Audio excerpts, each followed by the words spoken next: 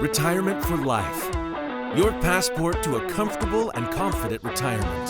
The podcast that's equal parts education and entertainment, where we break down the retirement maze with a dash of fun and a heap of wisdom from your host, Christian Sear CPA, the passionate retirement specialist and president of Sear Financial Wealth Advisors, the independent registered investment advisor specializing in the AIM retirement system. All right, it is episode 20 of the Retirement for Life podcast. We are on a roll here. We just spent last episode talking about the first half of the AIM retirement planning system. We talked about when you first make contact with us. We talked about what the AIM retirement system is. We talked about you meeting your team, your CPA, your CFA, your financial planner. We talked about that first visit being 60 to 90 minutes. And why we needed to get to know you and how we got to know you. And we also talked about how after that first visit, that connection visit, you are now getting frustrated because we're asking you for so much information and why we're asking for all that information. But now we're going to get to the good part, because we said most people who go through the AIM retirement system, their best meeting, their best visit is this strategy visit. Because why? Why is it the best visit for them? Because they get to learn about how to have a successful retirement and how they can meet their goals. And a lot of times people are very anxious about retirement. And how we can resolve their pain points that we kind of talked about in that connection visit. Yep.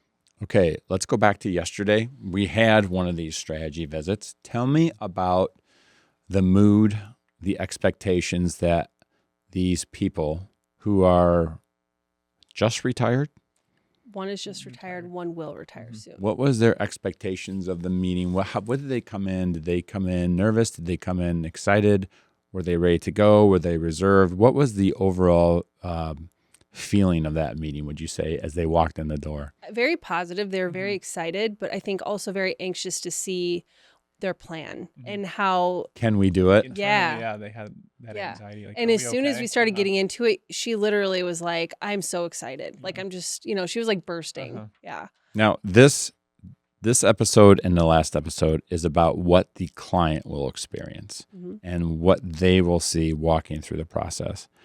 But just because I'm curious and I wasn't in the meeting, what element of the AIM financial planning system do you think, or elements, if there's more than one, when you had this strategy visit, this second visit with these clients yesterday, what do you think the biggest positive for them, the biggest thing that they were excited to hear about, or the biggest thing that they, as you were speaking to them, they were nodding their head, this makes sense to me? Does any one thing stand out? I feel like talking about the income stability with the mailbox money really hit home.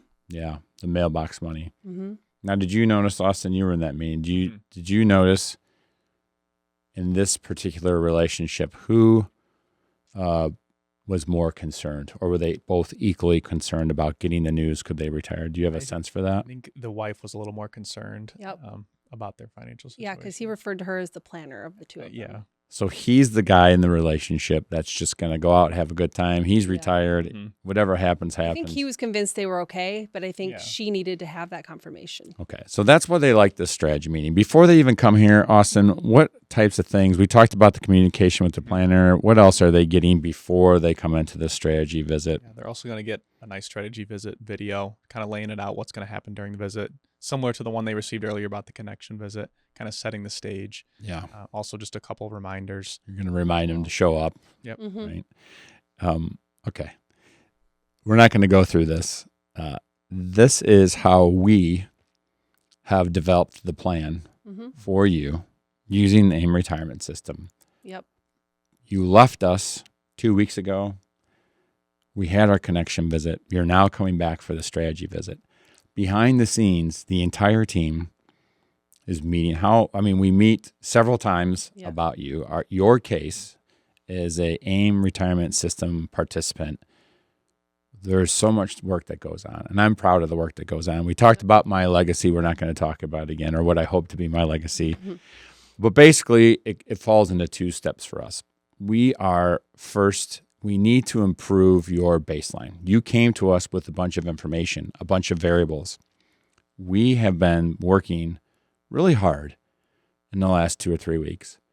And the first set of things or elements of your plan that we're really working on is, are you going to be okay? Right? Are you going to have a 90+% chance of retirement success? And can we increase your income stability? Yep. Right? How much are we able to reduce your reliance on the stock market? What are we going to do that? Yep. Once we get that baseline done, that's goal number 1 and 2 of the AIM retirement system. Once we get those metrics done, then we can work on what I would call, for me, the fun stuff. How much can we really save you in taxes? You know, I love talking about Roth conversions. Yep. We just looked yesterday, Emma and I, one of our planners, we just looked yesterday at a person who we are going to be able to get them in a position from a tax standpoint where they will be paying 0 taxes on their Social Security. 0 taxes. That's fun. Yeah. The typical Roth conversion savings we talked about in the Roth, you're saving 6 figures. So the second part of this that we've been working hard on is implementing tax strategies that are going to save you a lot of money. And finally, the fourth goal of this whole system is to do the smartest things that you can to maximize the amount of money that you have. Whether you're going to spend more or you're going to save more, give more to your kids, whatever, it's about maximizing multi-generational wealth. Yep. We have done all that. So you finally are now coming in to the strategy visit. And here we are on this diagram. We are now going to present to you what we have found. The first thing we do is what? Well, we revisit what we had talked about at the connection visit. First of all, we just kind of go over things. It's important. How often have we had somebody come into the first meeting and say, this is my concerns, this is my goals. Yep. And then you present them a plan and they say, well, wait a second. It's like you've gotten another layer peeled off. Yeah. So the first thing we do is review the connection visit that you had 2 weeks ago to make sure what you told us 2 weeks ago still is true and that we understood it. Right. Exactly. My favorite part then, usually this is up on the screen right away.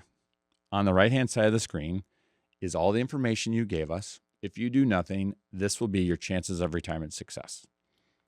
And then we have just spent 2 weeks working hard, and we're showing them as they've walked in for the second time or on the screen for the second time, if you do the things that we're about to tell you, you will have the 99% chance of success on the left. Yep. That is what we talk about during the strategy meeting. How do we get from the right side of the screen to the left-hand side of the screen? So sometimes is it hard to talk in the strategy meeting about the biggest deficit of a plan? Is it hard to tell somebody that they have a flaw? Yeah, it's never fun to deliver a negative, you know. I'm thinking one big thing that we often come back with at this meeting is that you're invested all wrong. I think oftentimes another thing that we come through with at this meeting is that we need to really look at your expenses. Yeah, that's huge.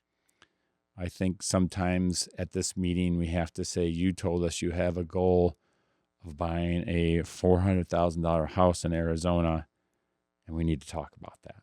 Right. I also think we have people with the opposite type of deficiencies. Do you know what I'm talking about? Yeah, ones that don't want to spend their money, but or don't want to retire. A guy They absolutely should. A guy that maybe told us in the first connection visit that he hates his job. He saved up millions of dollars. He is 66. And we ask him, how much longer do you want to work? And he says, I want to work till I'm 70. Yeah. Which is fine. But if you hate your job, and I just told you that you have a 100% chance of retirement success, and every single goal that you want to get accomplished in your lifetime can be accomplished right now with a few tweaks, why are you going to work for another 4 years at a job you hate?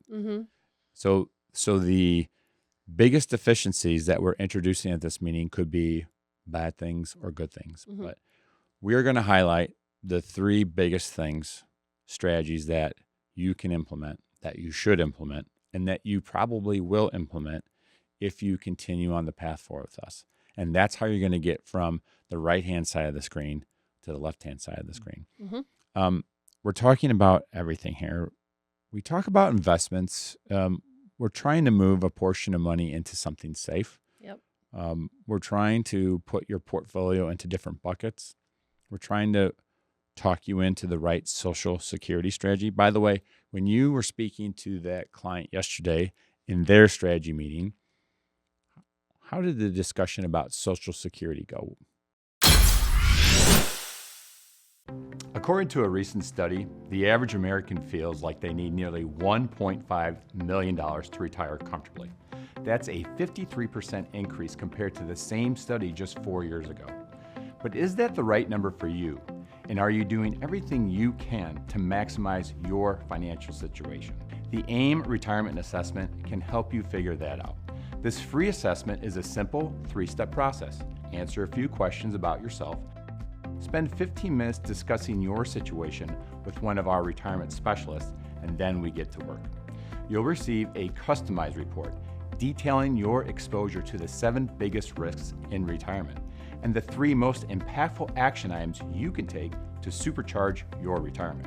And if you already have a financial plan, this assessment will help you see what real retirement planning looks like. Get your AIM assessment today and see the difference between a financial generalist and a retirement specialist. Go to aimassessment.com today to get started. That's aimassessment.com.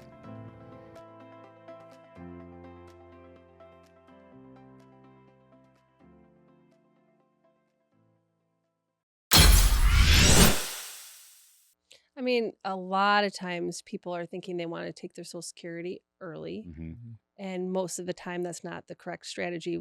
So they were more of the mindset of, we'll do whatever you suggest, by the end of it. It was more like, we kind of changed their minds by showing them why we were thinking their particular strategy. In Austin, Andrea said that the connection visit, the first visit, usually lasts 60 to 90 minutes. How long do you think this meeting, the strategy meeting, lasted yesterday or in general lasts? I would plan for a little bit longer, probably an hour and a half. Yeah, because there's a lot of details to go through. A lot of questions, too, to be asked. Yeah, I think it's important, too, in this meeting because this is overwhelming. In fact, I think the gentleman said that, or one of the people in the meeting said that yesterday, like there's a lot to take in. I mean, this is a heavy meeting. Yeah. We've told them you can do it, but let us show you how. That can be overwhelming, which is why we have a third visit, right? We'll talk about that in a second. But during this visit, you're getting thrown a lot of information, and it's hard to digest.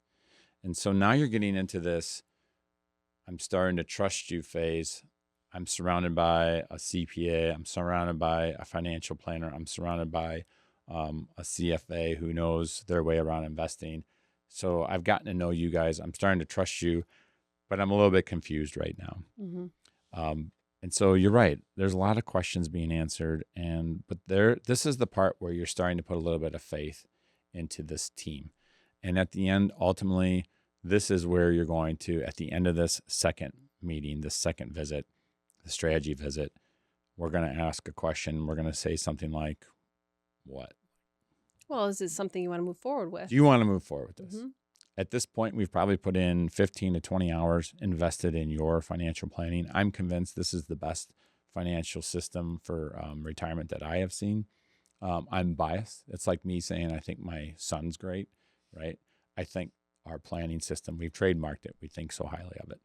But I truly believe, for the reasons we've said before, the goals, the way we go about it, wanting my legacy to be about financial planning, wanting to have a team of 3 people, I think it is the best planning system I have seen out there. But ultimately, what % of people get to the strategy meeting and decide that they want to move forward and work with us as a partner in their retirement, would you say? I would say at least 80% of people. Typically, yeah. And sometimes they don't. So I think that's great because the AIM retirement system, you can literally spend hours with us, and we're spending 2 or 3 times that amount of effort and our capacity. And still, at this point, we want you to follow your gut, like you said in the last episode. So at the end of this second strategy visit, you're going to make a decision. Are we going to move forward with this or not? Because at this point, we've done a lot, and we've done all we can. Because what you need now is, if it's not us, you need somebody to walk with you and embrace this retirement planning in an ongoing fashion for the rest of your life. They say yes, like you said, pretty much all the time. Let's do this. Yeah. And so then we're going to give them a timeline. Okay. Over the next 30 to 45 days, you're going to have some onboarding. Why don't you just talk me through real fast when a person, yesterday, somebody just said, yes, I want to do this. What are they going through for the next month or so? I mean, paperwork. There's a lot of paperwork, to get accounts open and to get things transferred, a lot of consolidating. And if we're doing mailbox money, then there's that also, a separate application and separate process. So yeah. It's a 1 month process between the time you say, yes, let's do this, and the time it gets implemented. And Austin, I know on the back end, you're often involved in that. What are some of the snafus when people decide to transfer $1 million 401k? What are some of the things that can possibly happen? I know you know firsthand about that.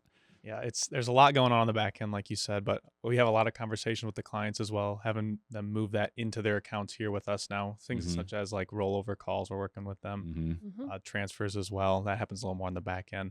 But I think the most important thing between it all is that we keep communicating with them what's going on, what's happening.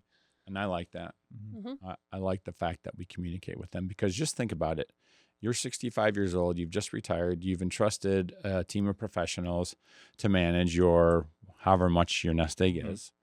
Whatever your nest egg is, it's a lot to you, and it's your life. Yeah. Yeah. And now you've entrusted a team of professionals to basically say, okay, I am letting go here. Yep. And that's a big deal for people. It is. It's a precarious time. So I think communication is highly important when we're going through this process of, okay, we're going to implement this plan. It makes sense. But getting it done is like, it's like stuff is out there. What's happening to it? Yeah. So that's the onboarding process. When we're finally done, we'll have the third and final visit. What do we call it? Wrap-up visit. The wrap-up visit. I used to call it the third meeting. But they say, Brooke and the marketing people say that you don't just call a first meeting and a second meeting and a third meeting. You have to call it a visit, not a meeting. Why do they say that? You were there. Why did they say that? Just because more personal. It's more welcoming than a meeting. A visit is more welcoming. Fine. To me, this is the third meeting, but let's call it what the marketing people wants to call it, a wrap-up visit. Yeah. Call it what you want.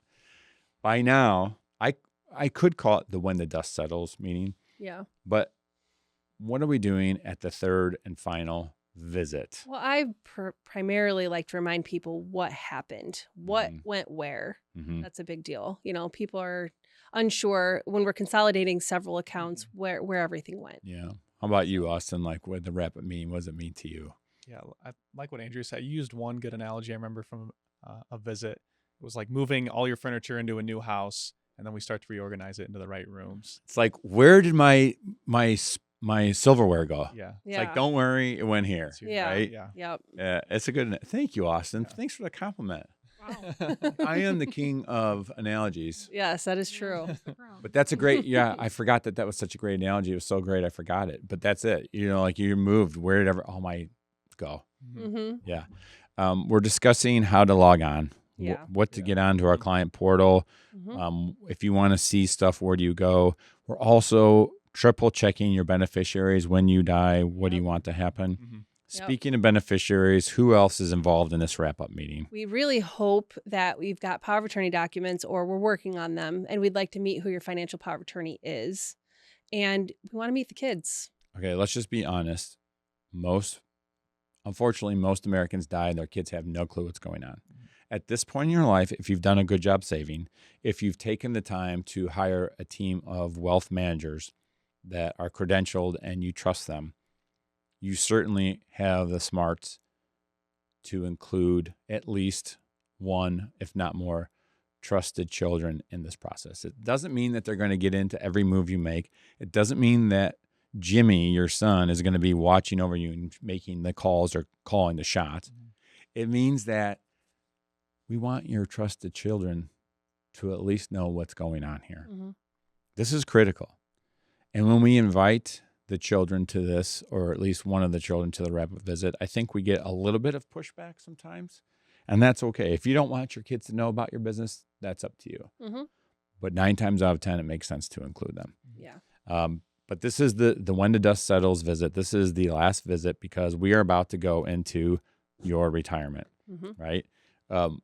You are going to start golfing more, or you're going to start going on rail trails. I learned what rail trails were yesterday. Never heard of it. A retiree told me he's going on rail trails. I go, what is that? He likes to bike. So think about this. The average biker, this is what you call a sideline, Brooke. Don't edit this out. A lot of our retirees, myself included, like to bike, okay? Now, as a personal experience of a biker is a lot of times you're on a road, right? There's cars whizzing by you, and you're trying to get from point A to point B. Well, a rail trail is an old railroad track, which is no longer a railroad track, which is now a nice bike path. Think about the biggest thing about trains. You know, trains go through the country. They go through the mountains. They go through prairies. They go through forests. They go over tunnels. They go, through, or no, not over tunnels, over bridges, through tunnels. Think about if you could have that experience riding your bike, just seeing the beautiful scenery and not worrying about getting run over by a semi-truck. Rail trails. Here's the point. You're about to do what you want to in your retirement. Your retirement for life is going to be yours. Our job is to be in the back end to support that. What are we doing when we are monitoring your plan as a client, so your financial that has gone through the retirement system? What are some of the things? And you guys live this every day. So kind of tell me, what are we doing for clients? Well, we want to meet with them at least once a year. And when we do that, we want to ask what changes are there? What's happened in the last year? And we want to update their plan accordingly. So things change. I want to buy a house. Okay, let's plan for it. I just changed my mind. I don't want to buy a house. This is what we go through. Yeah. The election is coming up. Are you guys watching my portfolio? We are. Tax situation has happened. My mother-in-law died. I am inheriting money, which we do. Yep. You told me it's going to be time for Social Security. We've already called you and remind you that it's time to sign up for Social Security. Maybe you have to sign up for Medicare. We're on it. We are, in most cases, doing our clients' tax returns. Yeah. It's a Roth conversion. We're going to call you up and say it's time to do a Roth conversion. And estimated tax payments. Estimated tax payments. My grandkid, I want to give my grandkid money for college. Yeah. How do I do it? Yep. I just decided that we are going to buy that $80,000 RV. What account should I take it out of? Yeah. For me, it's about a commitment that we make. Brooke, do you remember how we came up with your partner for retirement, your partner for life? Was it just like sitting there with that? Yeah, I think it consultant? was like an hour planning session. We just kind of came up with it. I think it says it all. They said when you open up a website, it should tell you in 30 seconds or less what you do and how it can help the person. Well, how do you get that point across on one page? And we said, this makes sense. Your partner in retirement, your partner for life. Yep. I like that so much because that says it all. That's 2 sentences. Your partner for retirement, your partner for life. That tells you everything you need to know. And our commitment to you is, Austin, just read it. What is our commitment to our clients? Our first one is always respond in a timely fashion. Stop right there. Tell me about how quickly do we respond to our clients when they call? As quickly as possible. I mean, if I get an email, I'll respond immediately or I'll call someone back right away. I mean, if I'm in a meeting, as soon as I get out, I'm returning a phone call. How do I incentivize employees at our firm?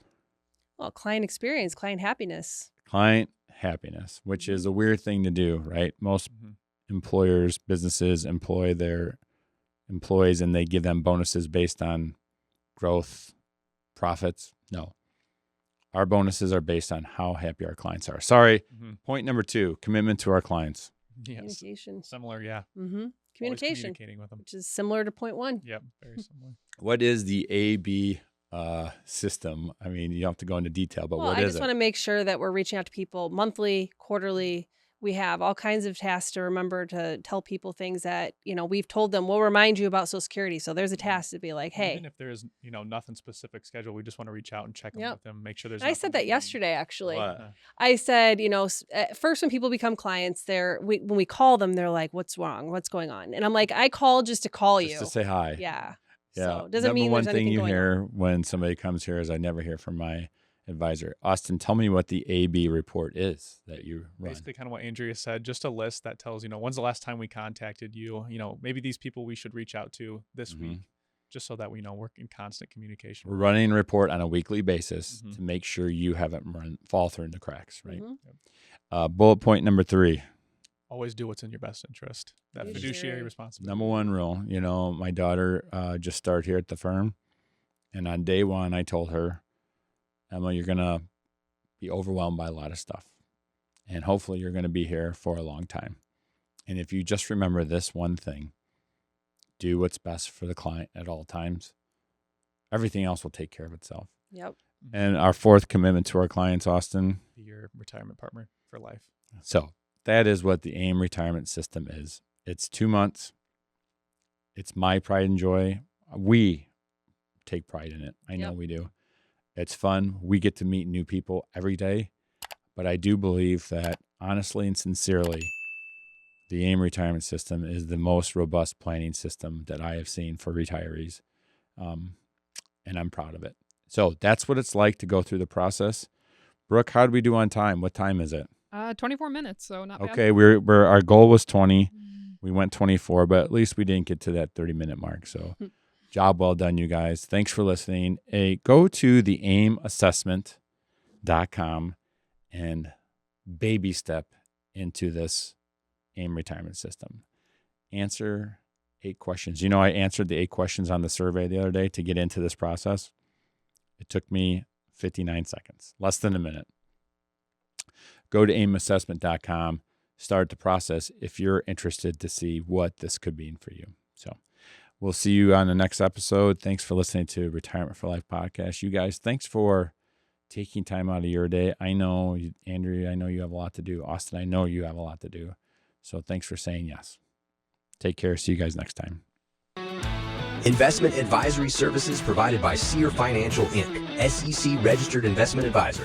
All content on this podcast is for information purposes only and should not be considered investment, legal, or tax advice. Material presented is believed to be from reliable sources, and no representations are made by our firm as to another party's informational accuracy or completeness.